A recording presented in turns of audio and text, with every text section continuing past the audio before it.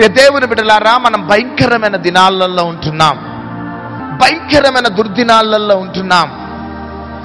లోకమంతా కూడా అపవాది యొక్క కబంధ హస్తాలలోకి వెళ్ళిపోతున్న దినాలు ఇవే. మనకి ఈ భూమి మీద సేఫ్టీ జోన్ ఏంటిది అంటే దేవుని యొక్క సన్నిధి మాత్రమే. చప్పట్లు కొడదాం. ఈ సేఫ్టీ జోన్లో నుంచి ఒక వ్యక్తి బయటికి వెళ్ళినాడంటే అపవాది యొక్క కబంధ హస్తాలలోకి వెళ్ళిపోయి అపవాది ఆ వ్యక్తిని సర్వనాశనం చేసేస్తాడు. కాబట్టి మనము సాఫ్ట్వేర్ ఇంజనీర్స్ కావచ్చు, హార్డ్వేర్ ఇంజనీర్స్ కావచ్చు, ఒకవేళ కోటీశ్వరులం కావచ్చు, లక్షాధికారులం కావచ్చు, మంచి జ్ఞానవంతులం కావచ్చు, చరాస్తులు స్థిరాస్తులు ఉండొచ్చు మనకి. కానీ దోస్ ఆర్ ఆల్ సెకండరీ. కానీ మొదటి ప్రాధాన్యత ఈ లాస్ట్ డేస్లలో మనం ఎవరికి ఇవ్వాలి అంటే దేవుని యొక్క సన్నిధికి ప్రాధాన్యత ఇవ్వాలి. ఆమేన్. దేవుడు మోషేని ఎన్నుకొని ఐగుప్తు ప్రాంతంలో నుంచి తన ప్రజలని కానాను చేర్చడానికి మోషే యొక్క నాయకత్వం ద్వారా ఇశ్రాయేలీలు అరణ్యంలో ప్రయాణమైపోయి ముందుకు సాగిపోతూ ఉన్నారు. ఐగుప్తు ప్రాంతం నుంచి కానానుకి జస్ట్ మ్యాటర్ ఆఫ్ 3 రోజుల ప్రయాణం అంతే. ఆమేన్. ఎన్ని రోజులు చెప్పాలి? జస్ట్ 3 రోజుల ప్రయాణం అంతే. Just matter of 250 kilometres. ఐగుప్తు ప్రాంతం నుంచి కానాను చేర్చటానికి మోషే నాయకత్వం ద్వారా దేవుని యొక్క ప్రజలు ప్రయాణాన్ని ప్రారంభించినారు. కానీ వారు కానాను చేర్చటానికి 40 సంవత్సరాలు పట్టింది. ఎన్ని సంవత్సరాలు చెప్పాలి? 40 సంవత్సరాలు వారు అరణ్యంలో ముందుకు సాగకపోవటానికి కారణాలు ఏంటివి అంటే దేవుని యొక్క సన్నిధికి ప్రాధాన్యత ఇవ్వకుండా లోకానికి ప్రాధాన్యత ఇవ్వటం ప్రారంభించినప్పుడు దేవుని యొక్క ఆత్మ వారిని విడిచిపెట్టి వెళ్ళిపోవటం, అపవాది యొక్క ఆత్మ వారిని కంట్రోల్ చేయటం, మరలా ఆ ప్రజలు నాయకులు రిపెంట్ కావటమును బట్టి, పశ్చాత్తాప పడటమును బట్టి మరలా దేవుని యొక్క ఆత్మ రావటం, వారిని నడిపించడం, ఈ విధంగా రెగ్యులర్గా ఈ 40 డేస్ అంతా కూడా జరిగింది. 3 డేస్లో రీచ్ కావలసిన ప్రజలు 40 ఇయర్స్ పట్టడానికి కారణం ఏంటిదంటే ఈ ప్రజలు దేవుని యొక్క సన్నిధికి ప్రాధాన్యత ఇవ్వకుండా, దేవుని మాటకి ప్రాధాన్యత ఇవ్వకుండా లోకము వైపు ఎప్పుడైతే చేతులు చాపినారో దేవుడు వారిని విడిచిపెట్టి వెళ్ళిపోవటం, ఇమ్మీడియట్ గా సాతాను యొక్క గబంధ హస్తాలలో ప్రజలు వెళ్ళిపోవటం, ఈ విధంగా 3 డేస్లో చేరవలసిన ప్రజలు 40 డేస్ పట్టింది. నా ప్రియ సహోదరి, నా ప్రియ సహోదరుడా, దేవుని యొక్క ప్రణాళిక, దేవుని యొక్క ఉద్దేశం నిన్ను నీ కుటుంబాన్ని దీవించాలని. గట్టిగా చప్పట్లు కొడదాం. నువ్వు ఆధ్యాత్మికంగా, మానసికంగా, శారీరకంగా, కుటుంబ పరంగా, ఉద్యోగ పరంగా, ఆర్థిక పరంగా, సామాజికంగా, సేవాపరంగా, వ్యాపార పరంగా నువ్వు ఒక గొప్పవాడివి కావాలి అన్నది దేవుని యొక్క ఉద్దేశం. నీవు శాపంలో బ్రతకటం that is not the will of God. నీవు అంచెలు అంచెలు ఎదుగుతూ గొప్పవాడివి కావాలన్నది దేవుని యొక్క హృదయ వాంఛ. కానీ ఎందుకు ఆ సిమ్టమ్స్ అనేటి గుర్తులు నీ కుటుంబంలో కనబడకపోవటానికి కారణం ఏంటిదంటే కొద్ది రోజులు దేవుని ఆత్మకు ప్రాధాన్యత ఇస్తున్నావు, కొన్ని రోజుల తర్వాత లోకానికి ప్రాధాన్యత ఇస్తున్నావు. దీనిని బట్టి నిన్ను దీవించి ఆశీర్వదించాలన్న పరిశుద్ధాత్మ దేవుడు వెనుకంజ వేస్తూ ఉన్నాడు. కాబట్టి నా ప్రియ సహోదరి, నా ప్రియ సహోదరుడా, ఈ భయంకరమైన దుర్దినాలలో నువ్వెంత గొప్ప జ్ఞానవంతుడవైనా, ఒకవేళ కోటీశ్వరుడవైనా, నువ్వు ఏదైనా విడిచిపెట్టు, కానీ దేవుని యొక్క సన్నిధిని మాత్రం విడిచిపెట్టద్దు. ఆమెన్. హల్లెలూయా. ఏదైనా విడిచిపెట్టు, కానీ దేవుని యొక్క సన్నిధిని మనం విడిచిపెట్టద్దు. ఒకవేళ కానీ దేవుని యొక్క సన్నిధిని మాత్రము నీవు విడిచిపెడితే అపవాది నిన్ను, నీ కుటుంబాన్ని సర్వనాశనం చేసేస్తుంది.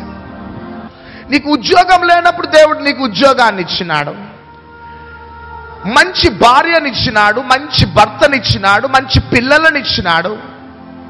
సంవత్సరాల తరబడి నీవు నీ కుటుంబము గాంధీ హాస్పిటల్లో, యశోదాలో, అపోలో హాస్పిటల్లో ఉంచకుండా దేవుడు నీకు మంచి ఆరోగ్యాన్ని ఇచ్చినాడు. గట్టిగా చప్పట్లు కొడదాం.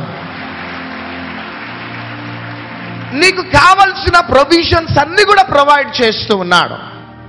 కానీ ఈ దినాలలో మనుషులు ఎట్లా మారిపోయినారంటే, ప్రతికూలమైన పరిస్థితులు ఉన్నప్పుడు దేవుని యొక్క సన్నిధికి రావటం, ప్రార్థన చేపించుకోవటం, ప్రార్థన చేయటం.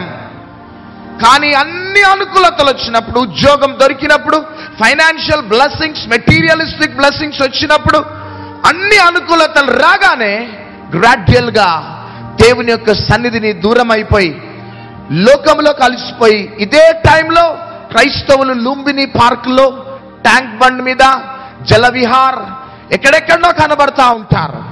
ప్రియ సహోదరి సహోదరుడా, ఈ మహబూబ్ కాలేజ్కి వస్తున్న తమ్ముడు చెల్లి, ఈ భూమి మీద నువ్వు ఏదైనా పెళ్లిలు పేరంటాలకైనా నువ్వు ఇంపార్టెన్స్ ఇవ్వకపోయినా, ఈ లాస్ట్ డేస్లలో నువ్వు దేనికి ఇంపార్టెన్స్ ఇవ్వాలంటే దేవుని సన్నిధికి ఇంపార్టెన్స్ ఇవ్వాలి. గట్టిగా చప్పట్లు కొడదామా? హల్లెలూయా. నువ్వు దేవుని సన్నిధికి ఇంపార్టెన్స్ ఇస్తే ఒక భయంకరమైన దుర్దినాల, భయంకరమైన పరిస్థితులు ఈ భూమి మీదకి సంభవించే సమయంలో దేవుడు నీకు ఇంపార్టెన్స్ ఇస్తాడు. ఆమేన్. చాలాసార్లు ఒక సాక్ష్యాన్ని నేను చెప్తూ ఉంటాను. ఎస్పీజీ హాల్లో మీటింగ్ జరుగుతున్నప్పుడు 30 మంది 40 మంది వస్తూ ఉండేవారు. ఆ సమయంలో అపోలో హాస్పిటల్లో ఒక గైనకాలజిస్ట్, ఆమె పరిగెత్తుకుంటూ ఒక ½ అన్ అవర్ ముందు వచ్చి ఆ ఫెలోషిప్లో ఇన్వాల్వ్ అవుతూ ఉండేది. సో ఒక దినమున దిల్సుఖ్ నగర్ నుంచి బయలుదేరింది. కరెక్ట్ కోటి దగ్గరికి రాగానే ఒక స్వరం వినబడుతున్నది. ఏంటిదంటే, నీవు నీ కార్ని ఆపి పక్కకి పార్కింగ్ చేసి నేను వెళ్ళమనే దాకా నువ్వు ఇక్కడి నుంచి కదలొద్దు అనే స్వరం వినబడతా ఉన్నది ఆ యంగ్ డాక్టర్కి. She's a gynaecologist. Dilsukh Nagar నుంచి బయలుదేరింది. కోటి దగ్గరికి రాగానే ఆ స్వరం వినబడగానే ఆ కార్ పార్కింగ్ చేసేసి పక్కకు నిలబడి పరిశుద్ధాత్మ దేవుని గురించి కనిపెడుతున్నది.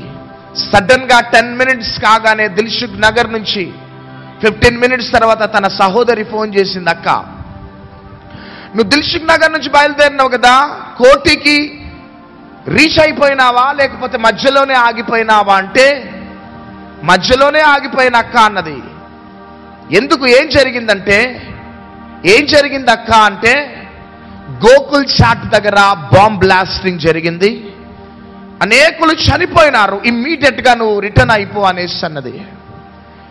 గోకుల్ చాట్ ప్రక్కనే ఏటీఎంలో ఈమె అమౌంట్ డ్రా చేసుకోవాలి. ఆమెన్, హల్లెలూయా. పక్కనే ఏటీఎంలో అమౌంట్ డ్రా చేసుకోవాలని దిల్సుఖ్ నగర్ నుంచి బయలుదేరింది. కానీ మధ్యలోనే పరిశుద్ధాత్మ దేవుడు జోక్యం చేసుకున్నాడు. గట్టిగా చప్పట్లు కొడదాం. హల్లెలూయా. ఇమ్మీడియట్ గా వచ్చేసింది, రిటర్న్ అయిపోయింది. టీవీ ఛానల్స్లలో అనేకులు చనిపోయినారు. ఆ పక్కన గోకుల్ చాట్ ప్రక్కనే ఆమె ఏటీఎంలో అమౌంట్ డ్రా చేసుకోవాలని బయలుదేరింది. ఆమె నెక్స్ట్ వెనస్డే వచ్చి ఏడ్చుకుంటూ ఏం చెప్తున్నదంటే, నా డిగ్రీ నన్ను బ్రతికించలేదు. ఆమెన్. నా డిగ్రీ నన్ను బ్రతికించలే, నా హోదా, నా జ్ఞానము, నా యొక్క తలాంతులు నా ప్రాణాన్ని సేవ్ చేయలేదు. కానీ ప్రతి వెనస్డే అపోలో హాస్పిటల్ నుంచి పరిగెత్తుకుంటూ ఒక ½ అన్ అవర్ బిఫోర్ వచ్చి ఇక్కడ ప్రార్థన చేసుకొని దేవుని సన్నిధిలో దేవుని వాక్యాన్ని విన్నాను. చూసారా, ఆ దేవుని సన్నిధే ఆ భయంకరమైన ఉపద్రవం నుంచి నన్ను తప్పించింది. గట్టిగా చప్పట్లు కొడదాం. హల్లెలూయా.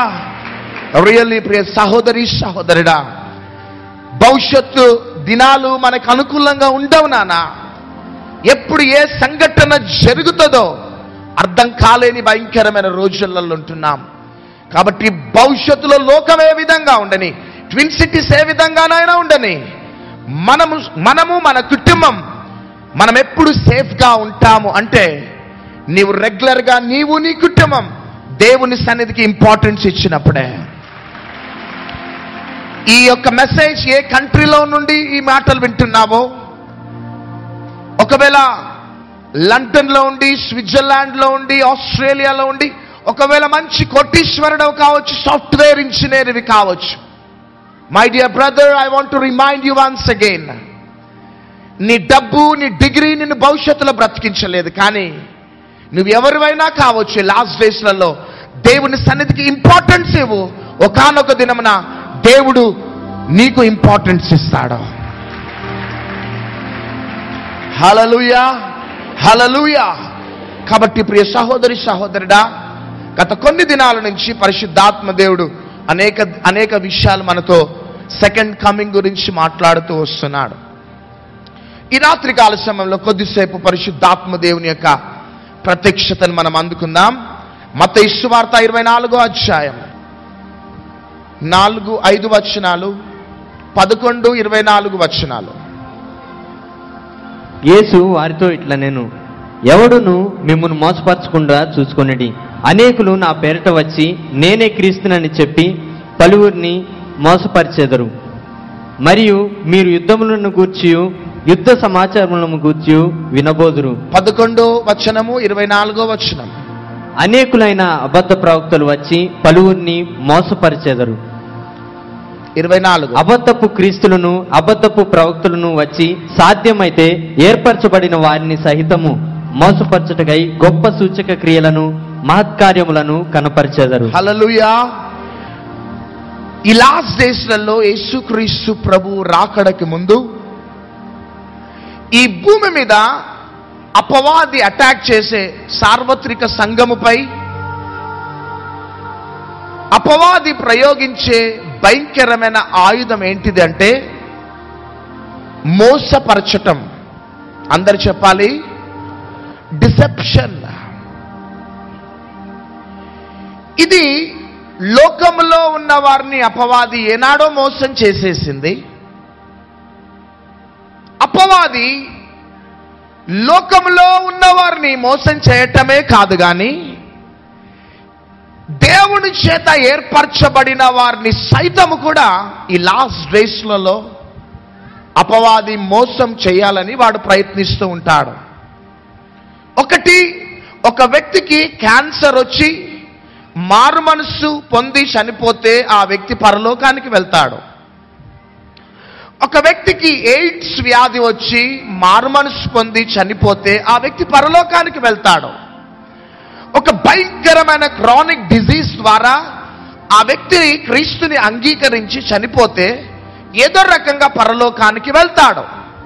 కానీ క్యాన్సర్ కన్నా, ఎయిడ్స్ కన్నా, భయంకరమైన క్రానిక్ డిజీజ్ కన్నా భయంకరమైనది ఏంటిదంటే ఒక వ్యక్తి మోసపరచబడటమే.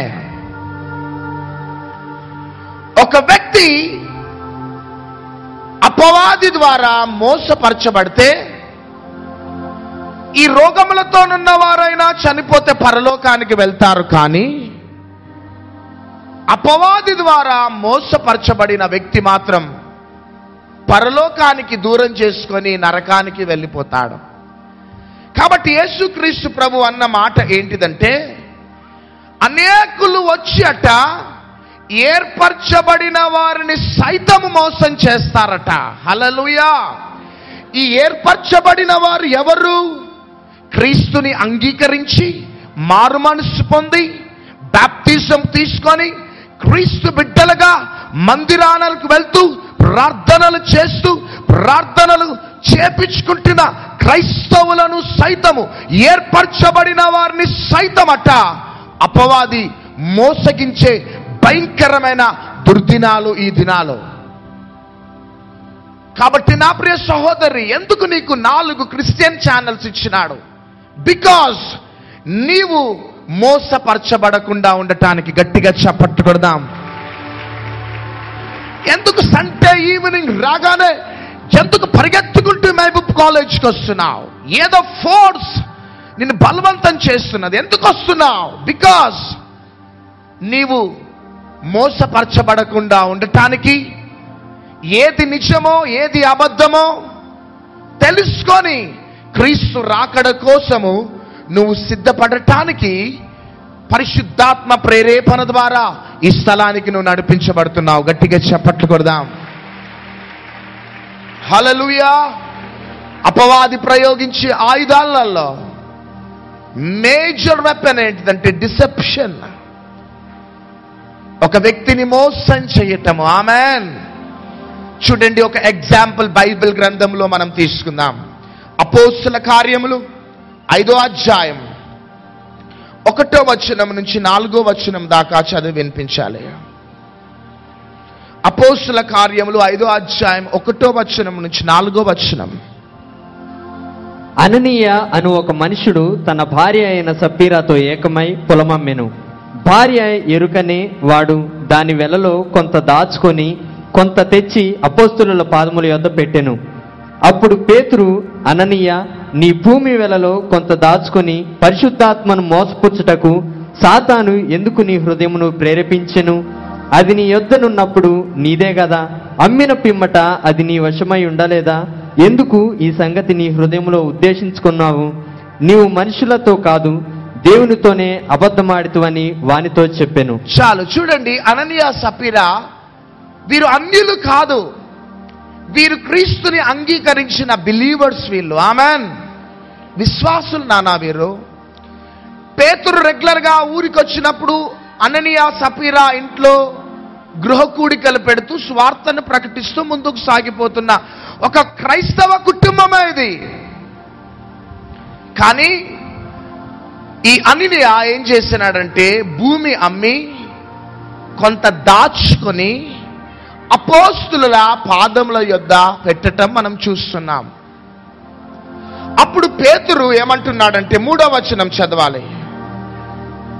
అప్పుడు పేతురు, అననీయ, నీ భూమి వెలలో కొంత దాచుకొని పరిశుద్ధాత్మను మోసపుచ్చుటకు సాతాను ఎందుకు నీ హృదయమును ప్రేరేపించెను? పరిశుద్ధాత్మను మోసగించుటకు సాతాను ఎందుకు నీ హృదయమును ప్రేరేపించెను? హల్లెలూయా.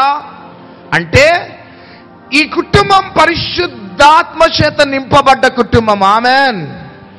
పరిశుద్ధాత్మ నడిపింపుతో ముందుకు సాగుతున్న ఒక క్రైస్తవ కుటుంబం, మారు మనసు పొంది బాప్తిజం తీసుకున్న కుటుంబం. కానీ అపవాది చూడండి ఒక డిప్లొమాటిక్ గా వచ్చి ఆ కుటుంబాన్ని మోసగించేసింది.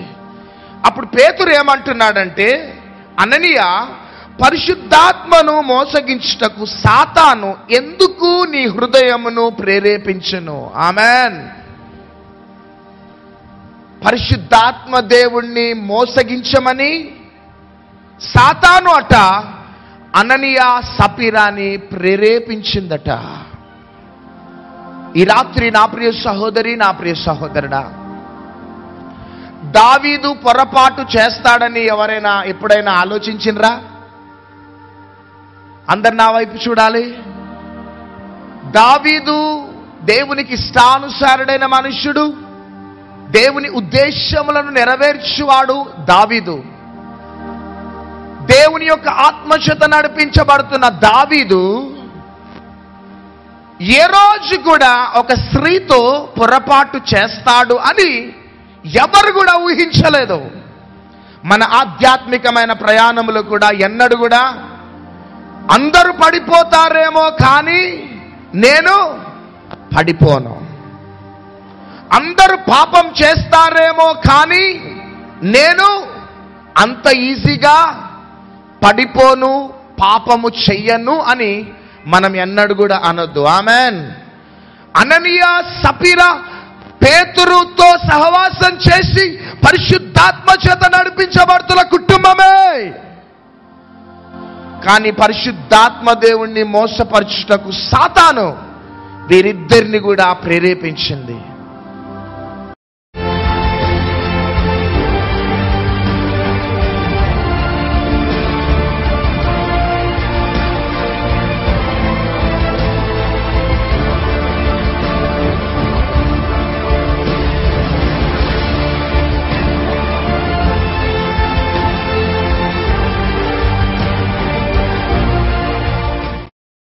మన 2012లో నా భార్యకు షుగర్ అంటానే టెస్ట్లో షుగర్ వచ్చింది. ఇప్పుడు వరకు ఇక్కడ నా 4వ వారం ఇక్కడ రాబట్టి మొన్న ఐలాండింగ్ రోజు వచ్చిన రోజు మళ్ళీ పరీక్ష చేయించుకున్నాము.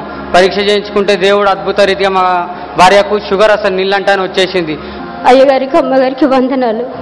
నా కడుపులో రాళ్ళైనాయి, కిడ్నీలలో కడుపులో రాళ్ళైనాయి.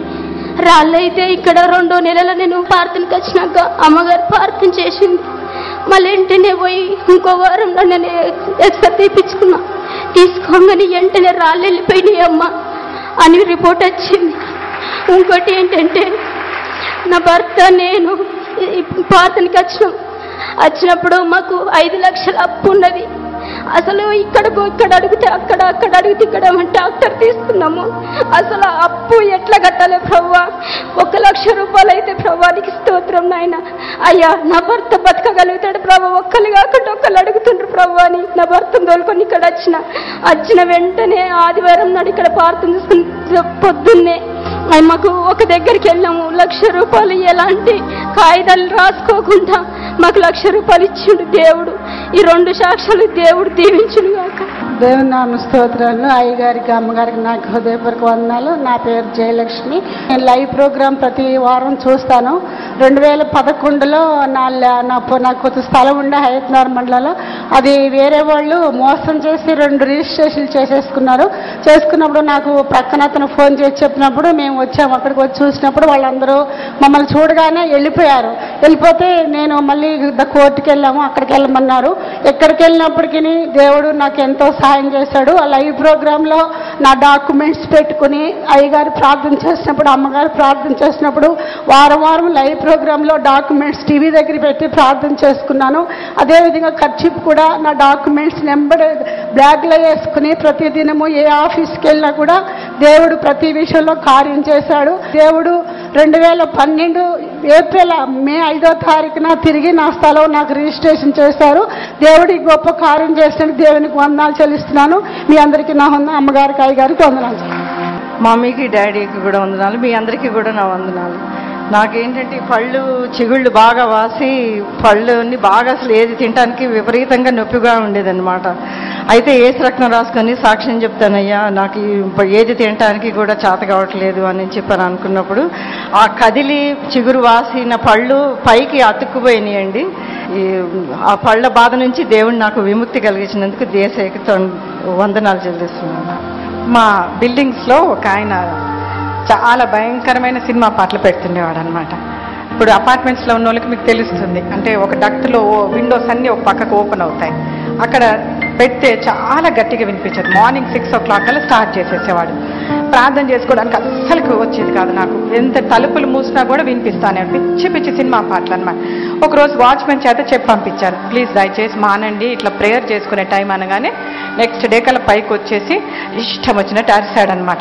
అదే నాకు ప్రార్థన మేడం, నాకు సినిమా పాటలే నా ప్రార్థన, మీరు కావాలంటే వెళ్ళిపోయి ఇంకెక్కడైనా చర్చిలో చేసుకోండి ప్రార్థనలు అని ప్రెసిడెంట్ అనమాట ఆయన. అందరికంటే భయం, ఆయన అంటే భయం. అరిసేసి వెళ్ళిపోయాడు. నేను జస్ట్ గప్పు చాలా బాధ అయిపోయింది.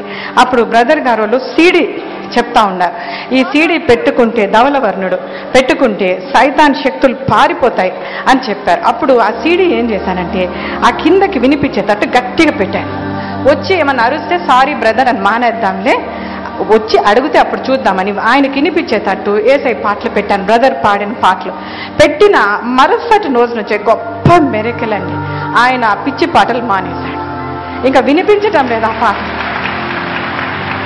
ఆ తర్వాత ఆయనకి భయపడి ఎంతో మంది పాటలు పెట్టుకోవటం లేదు, ఉన్నారు క్రిస్టియన్స్. ఇప్పుడు వాళ్ళు స్టార్ట్ చేశారు ఏసే పాటలు పెట్టుకోవటం. ఇప్పుడు మా బిల్డింగ్లో ఏసే పాటలు వినిపిస్తున్నాయి, వాళ్ళు పిచ్చి పాటలే వినిపించాలేనండి. గొప్ప కార్యం జరిగింది. ఆ తర్వాత ఒకరోజు మా బాబు ఆడుకుంటున్నప్పుడు ఒక హెవీ మెటల్ టేబుల్ చేతుల మీద పడింది. ఇంకా చాలా నొప్పి వచ్చింది అనమాట బాబుకి. లైవ్లో ఏకీభవించాం. బ్రదర్ గారు ప్రార్థన చేస్తున్నప్పుడు ఆయిల్ రాస్తా లైవ్లో ఏకీభవిస్తే నొప్పులు తగ్గిపోయాయి కంప్లీట్గా.